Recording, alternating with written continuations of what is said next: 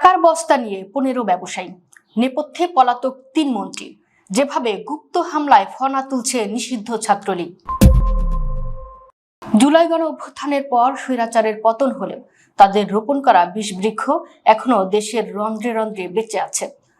জনগণের করের টাকা আর দুর্নীতির টাকায় ফুলে ফেপে ওঠা কিছু অসাধু ব্যবসায়ী আজ সেই বিষবৃক্ষকে আবার বাঁচিয়ে তোলার চেষ্টা করছে। চট্টগ্রামে নিষিদ্ধ ঘোষিত ছাত্রলীগ ও আওয়ামী লীগের ক্যাডাররা এখন প্রকাশ্যে রাজপথ ছেড়ে গুপ্ত বা ছায়া যুদ্ধের পথ বেছে নিয়েছে। আর তাদের এই মরণ খেলায় কোটি কোটি টাকার ফান্ড জোগাড় করছে চট্টগ্রামের 15 জন চিহ্নিত ব্যবসায়ী। গণমাধ্যমে ফাঁস হয়ে গেছে এই রাষ্ট্রদ্রোহী সিন্ডিকেটের আসল ব্লুপ্রিন্ট, যা দেখে রীতিমতো নড়ে চড়ে বসেছে দেশের গোয়েন্দা সংস্থাগুলো। নেপথ্যে পলাতক নওফেল হাসান মাহমুদ, ছক কষছে 5 নারী ক্যাডার। গোয়েন্দা পুলিশের একটি সূত্র নিশ্চিত করেছে চট্টগ্রামের এই নাশকতার মাস্টার মাইন্ড হিসেবে কাজ করছে বিদেশে পলাতক 3 স্বৈরাচারের দোসর, সাবেক মন্ত্রী মহিবুল হাসান চৌধুরী নওফেল হাসান মাহমুদ এবং সাবেক এমপি মহিউদ্দিন বাচ্চু। তাদের সরাসরি নির্দেশে চট্টগ্রাম চেম্বারের এক সাবেক পরিচালকের মাধ্যমে 15 জন ব্যবসায়ীর কাছ থেকে ফান্ডের টাকা সংগ্রহ করা হচ্ছে। সবচেয়ে চাঞ্চল্যকর তথ্য হলো, আইন শৃঙ্খলা রক্ষাকারী বাহিনীর চোখ ফাঁকি দিতে মাঠ পর্যায়ে এই টাকার বস্তা সরবরাহ করছে 5 জন নারী ক্যাডার। সাদমান ও জনি নামের 2 প্রশিক্ষিত ক্যাডারের নেতৃত্বে চট্টগ্রামকে 2টি ভাগে ভাগ করে এই হিট অ্যান্ড রান বা ঝটিকা মিছিলের ছক কষা হয়েছে। গোয়েন্দারা আরেকটি ভয়ঙ্কর জালিয়াতি ধরে ফেলেছেন।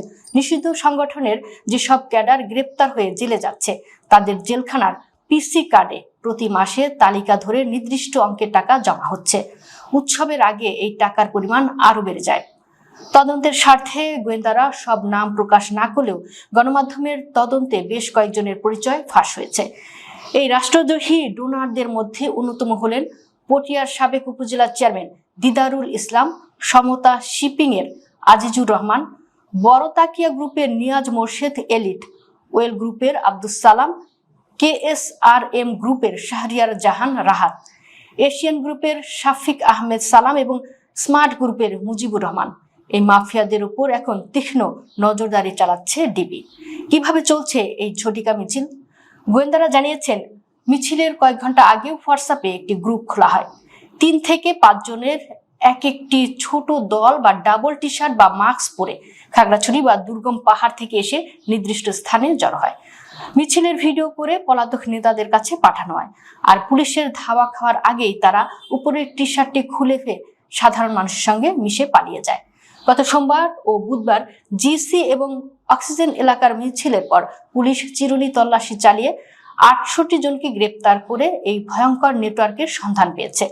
রাজনৈতিক বিশ্লেষক অ্যাডভোকেট জিয়া হাবিব আহসান অত্যন্ত কড়া ভাষায় সতর্ক করে বলেছেন, ফ্যাসিবাদ বিরোধী দল বিএনপি, জামায়াত ও এনসিপির মধ্যে বিভাজনের সুযোগ নিয়েই আজ আবার ফনা তোলার সাহস পাচ্ছে এই নিষিদ্ধ সংগঠন। তাছাড়া প্রশাসনের ভেতরে এখনো ঘাপটি মেরে থাকা ফ্যাসিবাদীদের দোসররা এই ক্যাডারদের জামিন পেতে সাহায্য করছে। আজ দেশের মানুষ পরিষ্কার দেখছে স্বৈরাচারের শিকড় কতটা গভীরে। যারা 15 বছর ধরে দেশের রক্ত চুষে খেয়েছে, আজ তাদের টাকায় আবার দেশকে অস্থিতিশীল করার ছক কষা হচ্ছে।